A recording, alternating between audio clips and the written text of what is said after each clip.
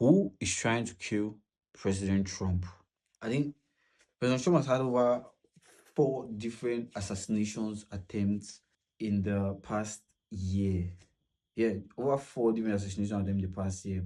I think the most recent one should be during the was the UFC's celebration at the White House, where like a jet approached the White House. So something like that, something happened of that sort. And a few minutes ago, Fox announced, dropped a post that the president said, if anything happens to him, he left instructions to bomb Iran.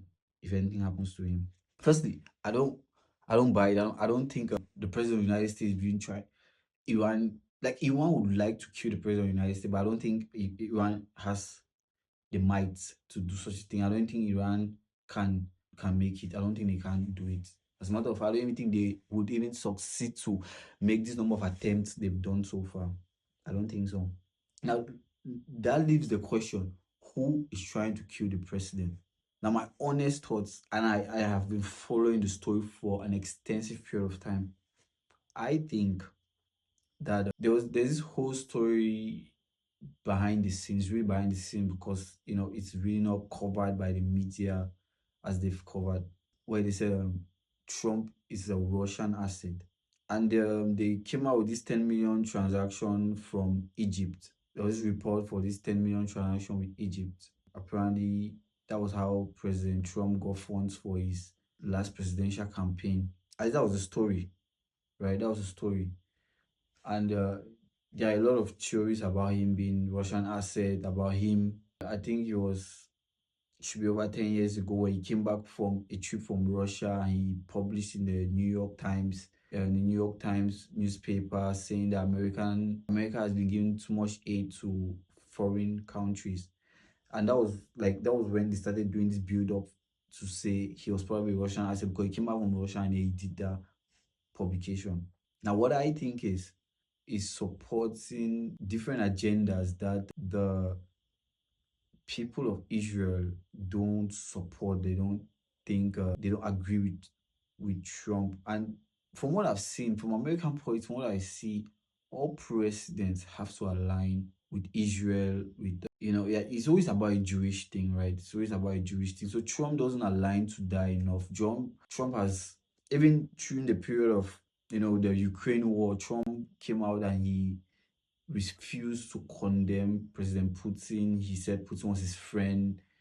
He said Putin would listen to him. Things like, I think all of the I think I'll just say the democratic side of America isn't happy about Trump's policies or Trump's media appearances, certain things he say. Like, he calls the media fake media. He calls CNN, CBS, ABC. He calls them all fake media platforms. And the president's words are really, really important. They really matter. So when the president comes out to say things like fake media, talks about how they are not real, why they have no credibility, it matters, right? Because the public now start doubting the credibility of the media. And I think things like that have is what is driving this assassination attempt. Because people talk about Iran, the assassination attempt in the White House, where there's this video of Erica Koch when she was crying, and she said, "I just want to go home."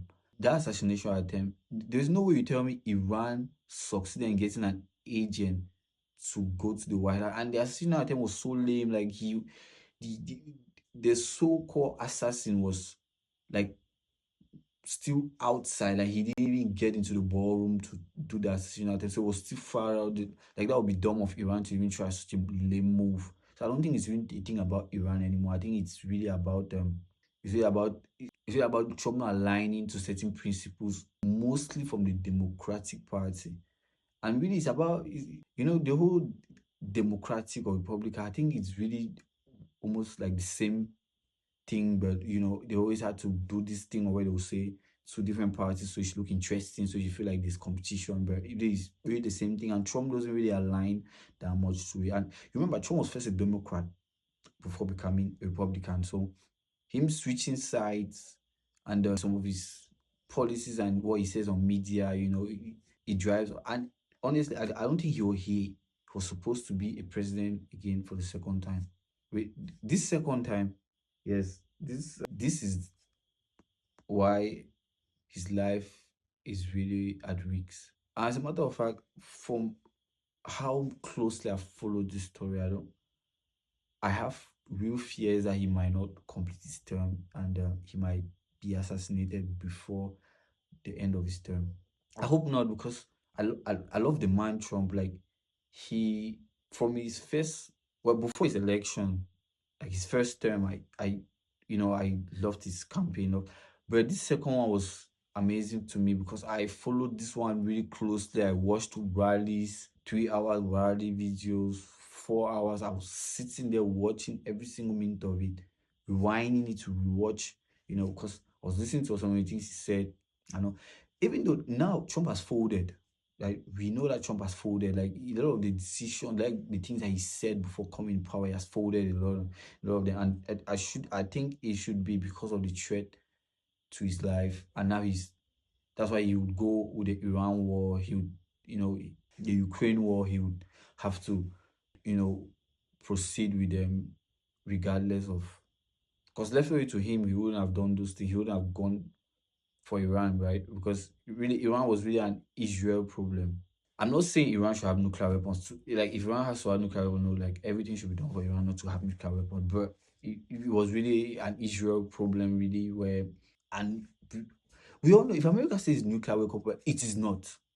This card, they've played this card 1,000 times. Each time American says it's about nuclear weapons, it is not. It's usually not about nuclear weapons. Usually about just a thing of control and power.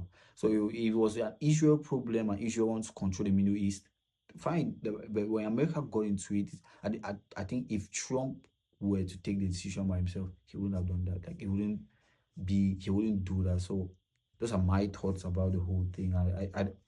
I don't believe that Iran would have the might. Like, they want to take out Trump, but I don't think they have the ability to carry out this attempt multiple occasions. I think these attempts are really warnings to Trump. They keep telling him, if you don't obey, you might die. You don't obey, you might die. So they're threatening him with these attempts. But if they want to really kill him, they'll do it.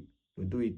So hopefully the man can go through his 4 year term thing. He's going through the first year. It's already rough. Too many attempts already. Hopefully the man makes it out, and I'll see you guys in the next one.